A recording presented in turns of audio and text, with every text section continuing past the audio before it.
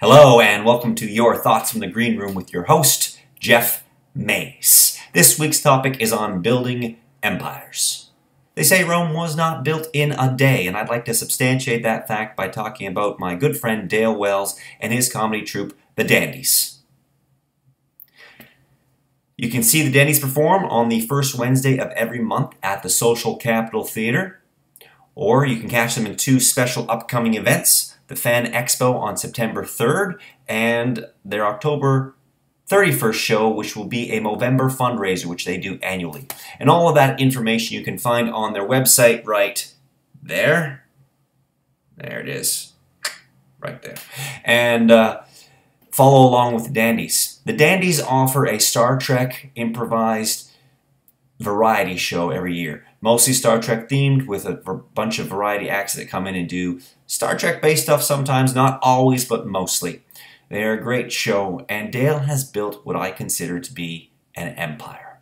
About 3 years ago, he said to me, I want to start doing improv again, because he hadn't done it in a while. And he formed up with his partner, Andy, the other half of the Dandies. He formed up the Dandies and started doing this improv show, and brought in a couple friends to help out and got the variety concept going, and that was all right. It was okay. You know, they're good, they're talented people, but it was small. It was underwhelming, if that's a word. So he sat me down about 3 months in or something like that, and he said, I need to make it better. I don't have enough audience, and I got to keep this thing going. And he told me one of his great marketing ideas was to reach out to talk to individuals rather than mass attack a whole bunch of people with mass email. And from that, he brought in 10 people additional to his next show. And those 10 people liked it, and they brought in a couple extras, and those became some of his regulars. So he kept reaching out every month to a small handful of people that he really wanted to see there. And as things were growing, the audience was getting a little bit bigger. He thought, I want to make the show itself even better than it is and be more entertaining and better than the last one. So he started actively reaching out to other comedy troupes and other variety acts that he really wanted to work with, that he was passionate about. He pursued them and he got them on stage with him.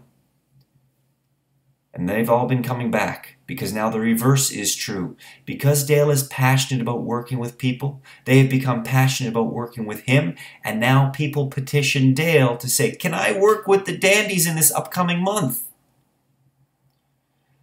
Every step of the way, Dale has been building this empire.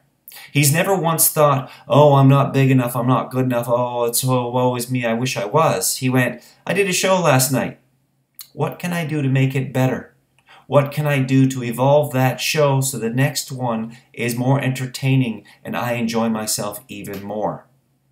And through that simple process, in the last 3 years, Dale has taken a show that nobody knew about to a stage where everybody seems to talk about him, where he is sought out by other Star Trek base-like things and other areas where you can find geekdoms and fandoms to do interviews and to do exposés for them. He's been sought out by Rainbow Cinemas to host their premiere movies at the beginning of whenever they do a premiere movie screening of a sci-fi film. He did the Fantastic Four a couple weeks ago.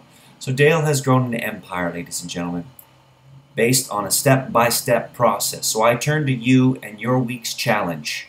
What are you doing to build your empire? Those are your thoughts from the Green Room. I'll see you in 1 week.